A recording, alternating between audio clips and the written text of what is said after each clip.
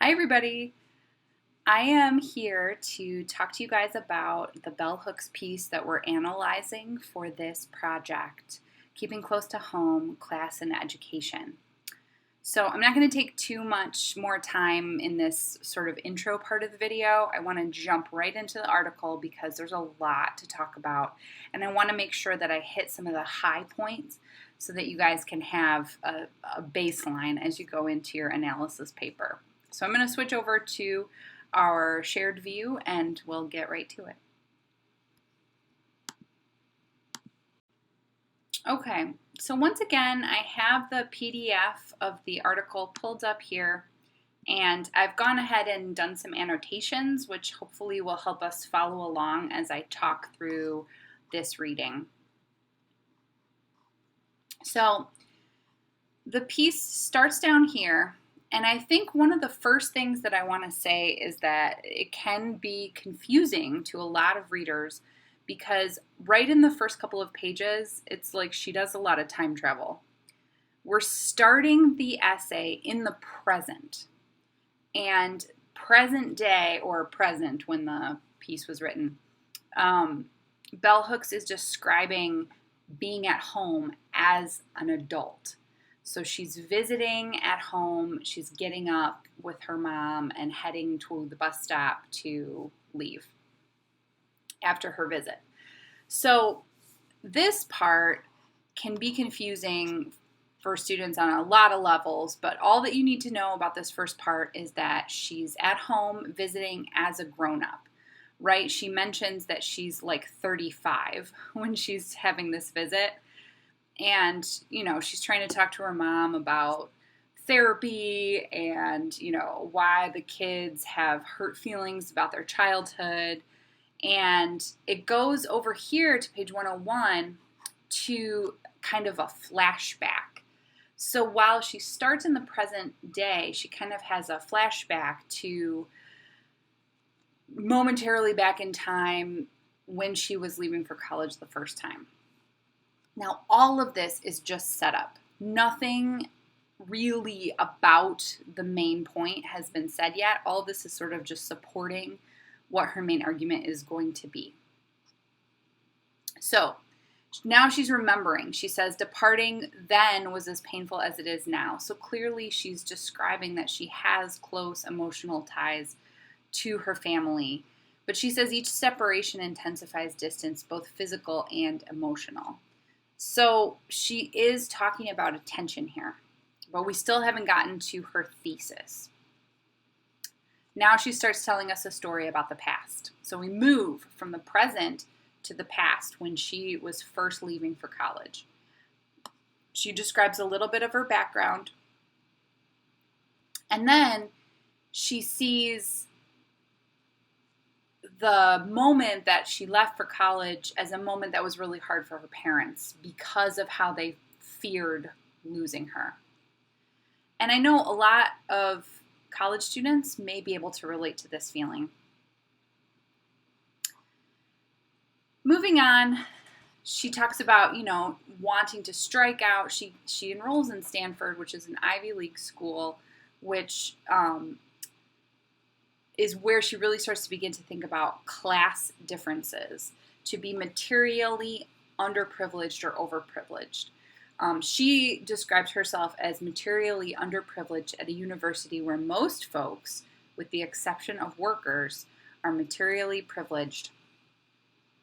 And so then she kind of starts a pattern here where she's going to start her paragraphs with some smaller claims, and then within the paragraphs, she'll give examples and evidence to support those claims. So she talks about starting to think about class, and then she starts to describe class differences that she noticed. And so here in my notes, I've kind of tried to put arrows to point to evidence that she uses to describe class differences.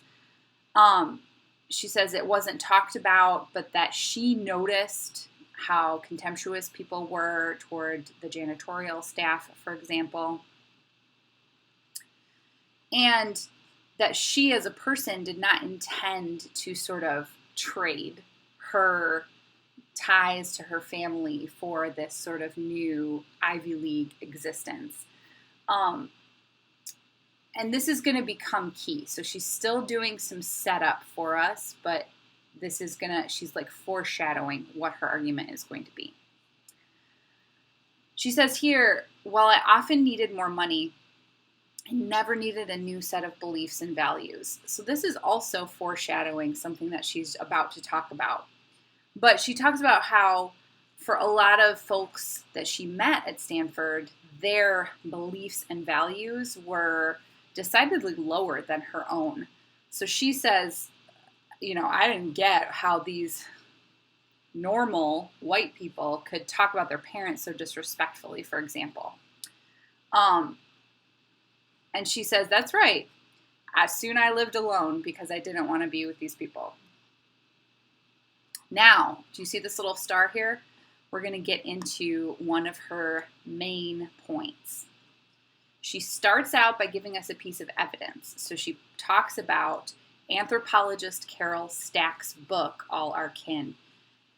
And in this book is where she she kind of comes to name a phenomenon that she's been feeling as a student. So Carol Stack does this study where she does some research within Black culture, especially working class and poor in the southern states. And she says, a value system emerged that was counter-hegemonic, that challenged notions of individualism and private property so important for the maintenance of white supremacist capitalist patriarchy. Black folk created in marginal spaces a world of community and collectivity where resources are shared. So, pause here. Let's do some definition work. What is hegemonic, and how can a value system be counter-hegemonic? So, hegemony basically means the status quo. And here we're referring to particularly the white supremacist capitalist patriarchy, which, as we know, is pretty much the status quo in the United States of America. Now, what Carol Stack is saying is that in her research, she realized that among these Black communities, there wasn't an absence of a value system, as many capitalist, white, supremacist, patriarchal institutions would have you believe. But really, there is a value system. It's just counter-hegemonic. It is the opposite of white supremacist, capitalist, patriarchal values. And that's key, okay? So we've got this value system that exists. And then Bell Hooks goes on to say that she says this different value system can be the space for the formation of an oppositional worldview, a place to resist, a place where you can hold two values, but they're just different than white supremacist, capitalist, patriarchal values. But here's the first part of her argument. That worldview, that counter-hegemonic worldview, must be articulated. It must be named if it is to provide a blueprint for change. We must call it what it is. This is a value system. And she says, unfortunately, there has existed no consistent framework for such naming. So I think this is something that we could call into question in our modern times. There might be several movements that you could think of. Maybe even Black Lives Matter could be a potential framework for such a counter-hegemonic value system. But that's something that could be useful in your analysis, or maybe not. But Hooks is arguing that we name and own this value system, especially people of color.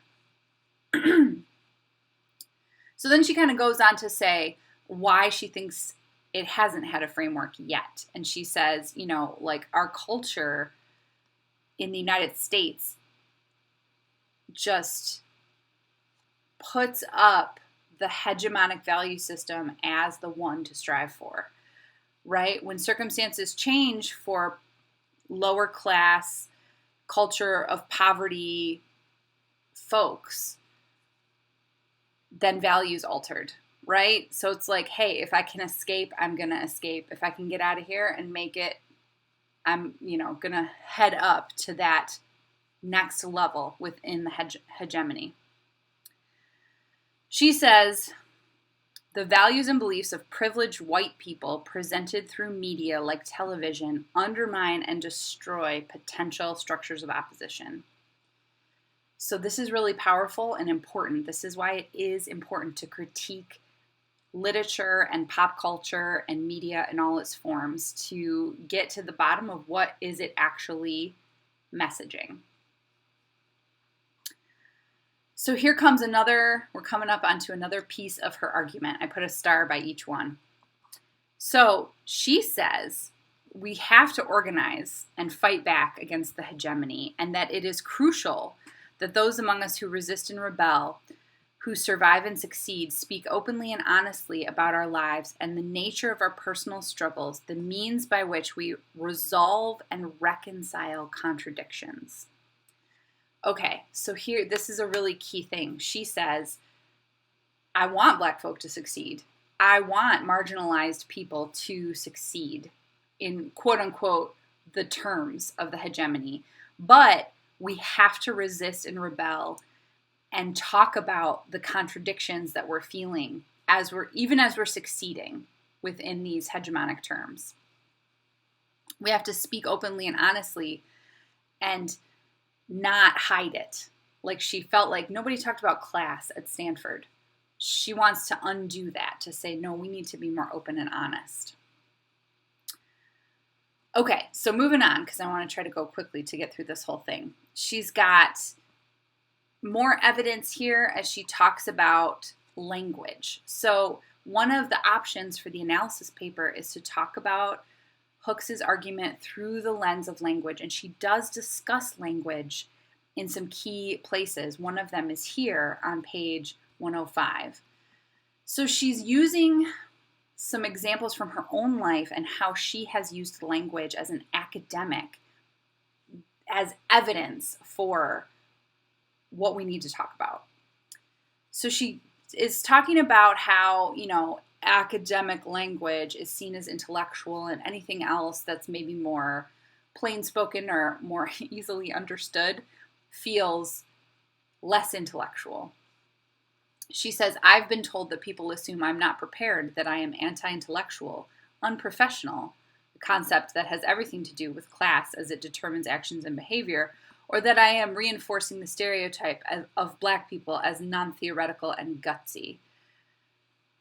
And she says this is something that we need to talk about more and call it what it is, right? That this is a misappropriation of what she's doing. So she gives another example of this when a colleague comes to her and says, man, you talked really clearly at this conference. I don't know, you might want to up your game. And she says, well, I saw that there were folks from the community who weren't in academia at my talk, and I wanted to reach out to them, and I chose them as my audience.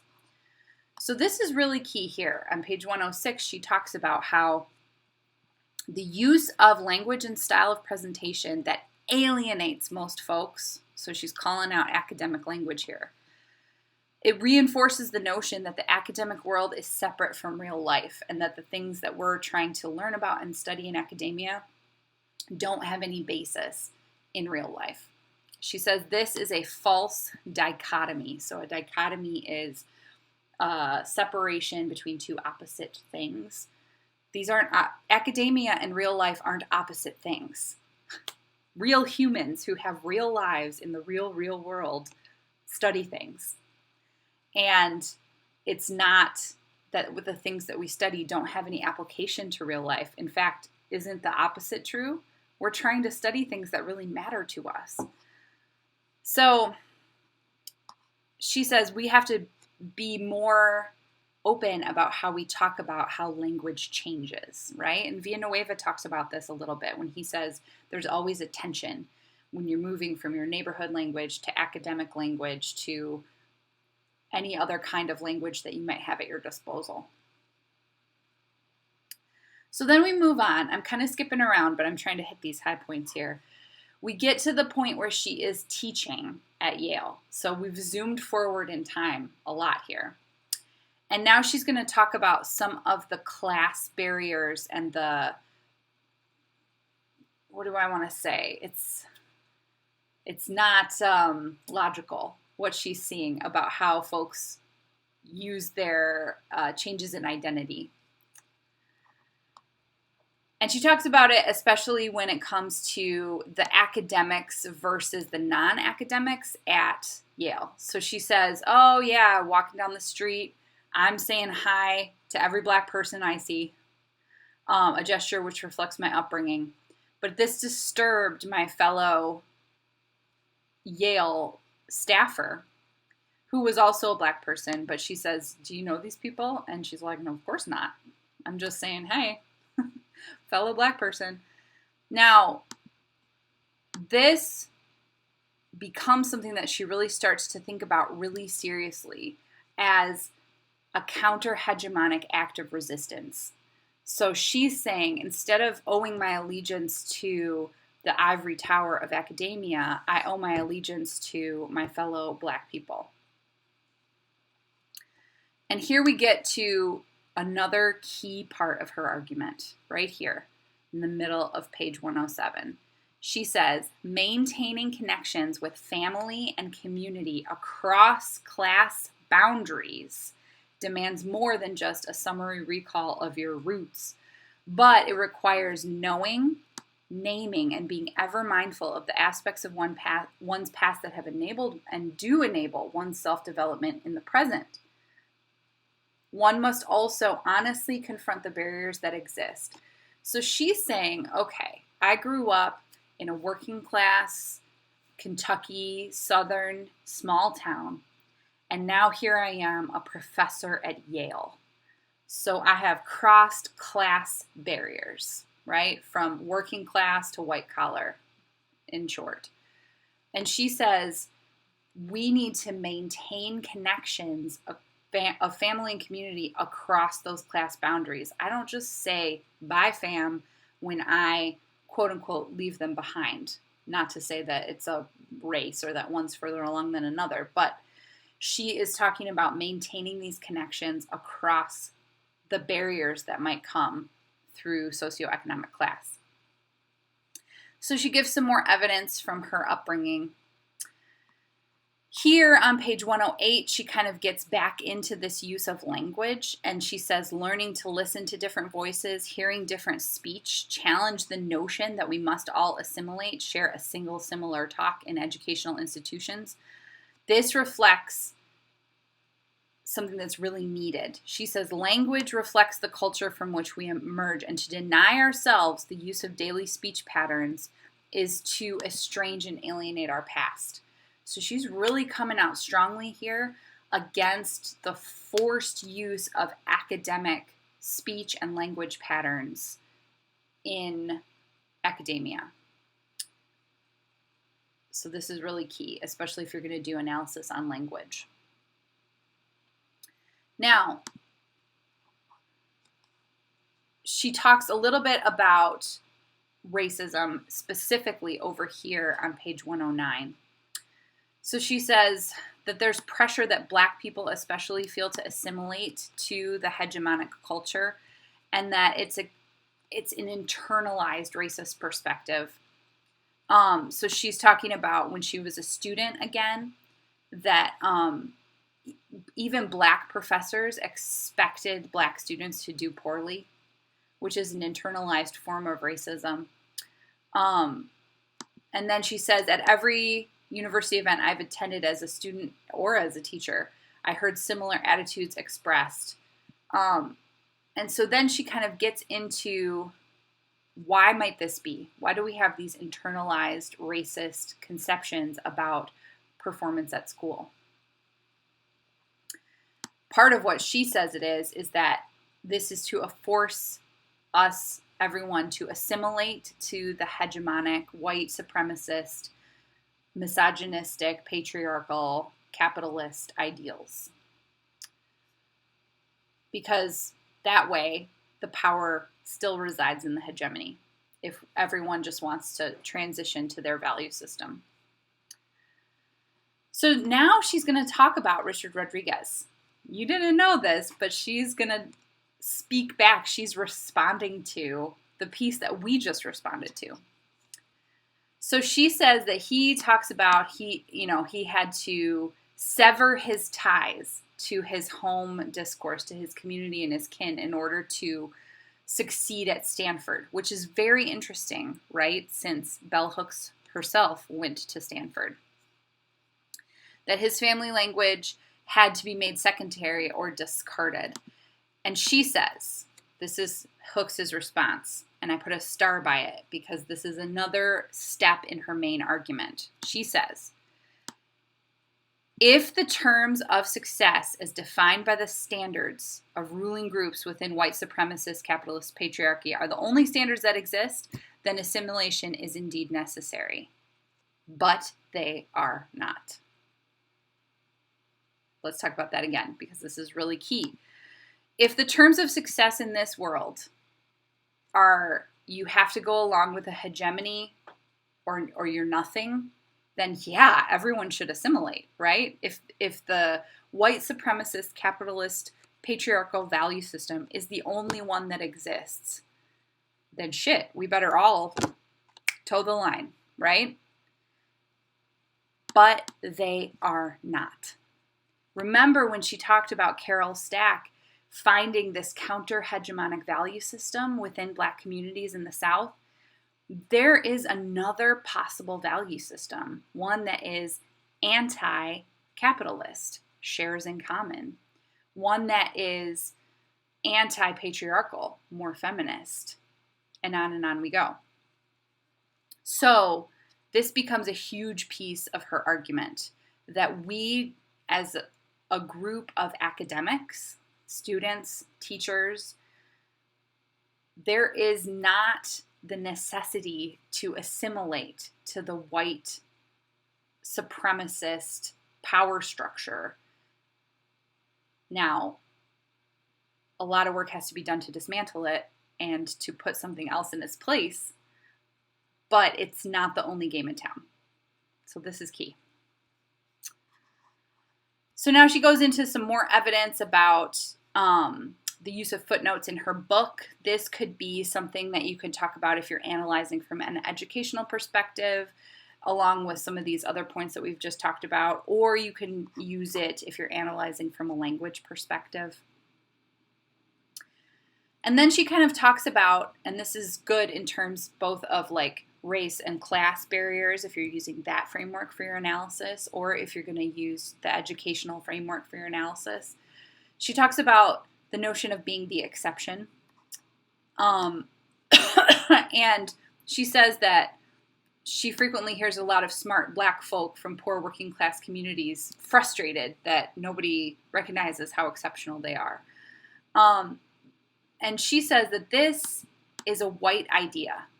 It's patronizing and very seductive to think about Black folks as exceptional if they're, excelling in ways that the hegemony deems appropriate. She says, given the internalization of racism, it is easy to view this support, hey, you're exceptional, good job, as validating,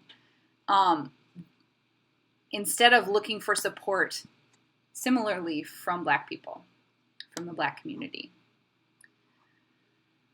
So she says this work of supporting, naming, talking about the tensions, supporting this counter-hegemonic value system is something that needs to happen across the Black community, people of color's communities.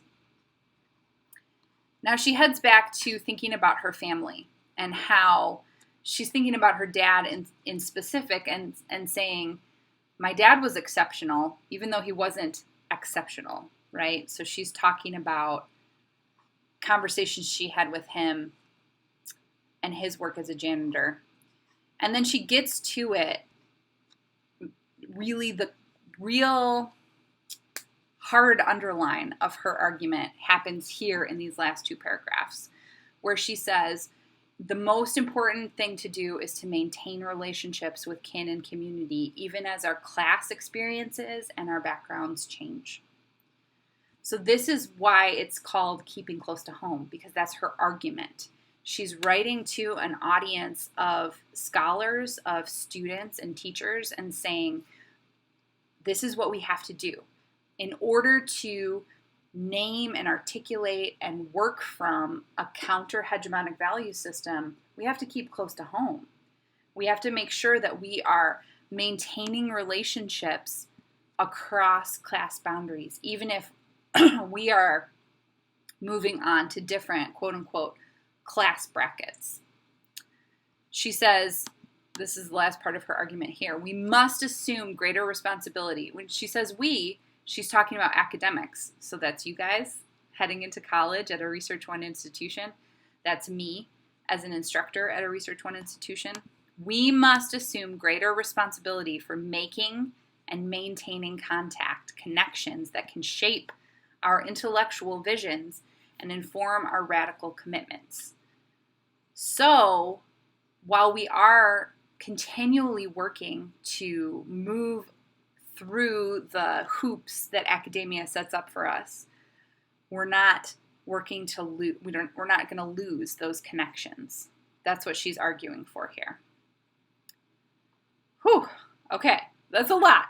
There is a lot here, and I even kind of skipped around. You can see even my annotations look like they're kind of jumping around like skipping stones here.